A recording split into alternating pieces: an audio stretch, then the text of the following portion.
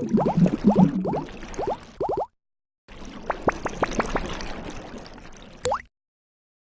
请亚洲新歌榜2017年度盛典最佳海外艺人荣誉获得者李玛希。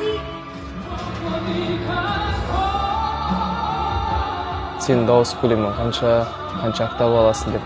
5 октава, 6 октава. Ол 6 октавадан көп болуы мүмкін, бірақ ол мен үшін маңызды емес. Көрермендер үшін де ол маңызды емес деп білем. Әнді ән ететін ол әнші. Ал әншіні әнші ететін ол музыкалық талғам және ішкі сезім. Төменгі ноталардың қайсысын алып жатсаң да, жоғарғы ноталардың қайсысын алып жатсаң да, ол маңызды емес. No, not good. Bad issues. Маңыздысы әдемі орындау. Ол кісі мені бала кезден бастап музыкалық мектептерге барып дәріс алсын, шыңдалсын деген ниетпен өзінің аяғының ауыратынына қарамастан күнде таңертең апаратын тұғын. 5 жастан бастап музыка мектебінде ән салу, сол жерде маған ұстаздық еткен кісілер менің өмірімді айқындап берді деп айтуға болады.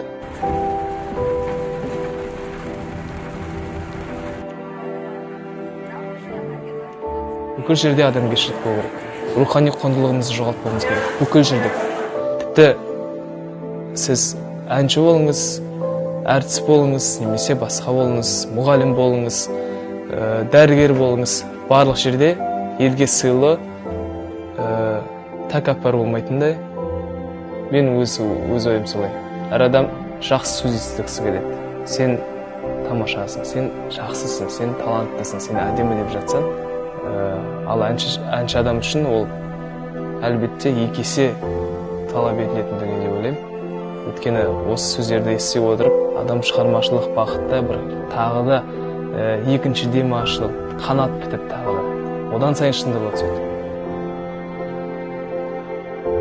Ешқандай да орын, ешқандай да турлар әншіні жеңімпаз етпейді. Әнші адамды жеңімпаз ететін ол көрермендер.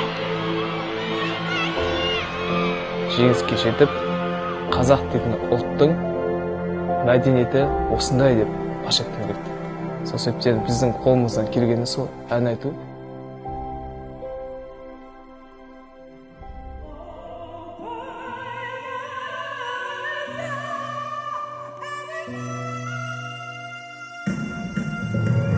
Негізі